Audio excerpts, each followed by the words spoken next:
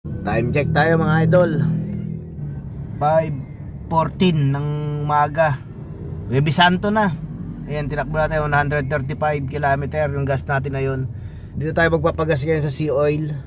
Ayan, 81 yung unleaded. Meron tayong discount dito na 4 pesos daw sa mga grab car. Dito tayo nagpagas kahapon kaya alam natin na may discount tayo. Sinabihan tayo nung gasoline boy.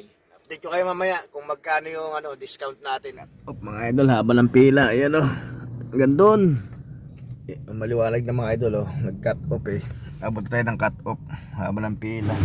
Yun, nakargahan din tayo mga idol. Ayan nabot tayo ng cut off tagal. So yung mga idol, nakargahan din tayo. Inumaga tayo sa pila. Nabulan tayo ng cut off. Ayan, tama nga yung yung sabi, may discount ang Grab, 4 pesos per liter.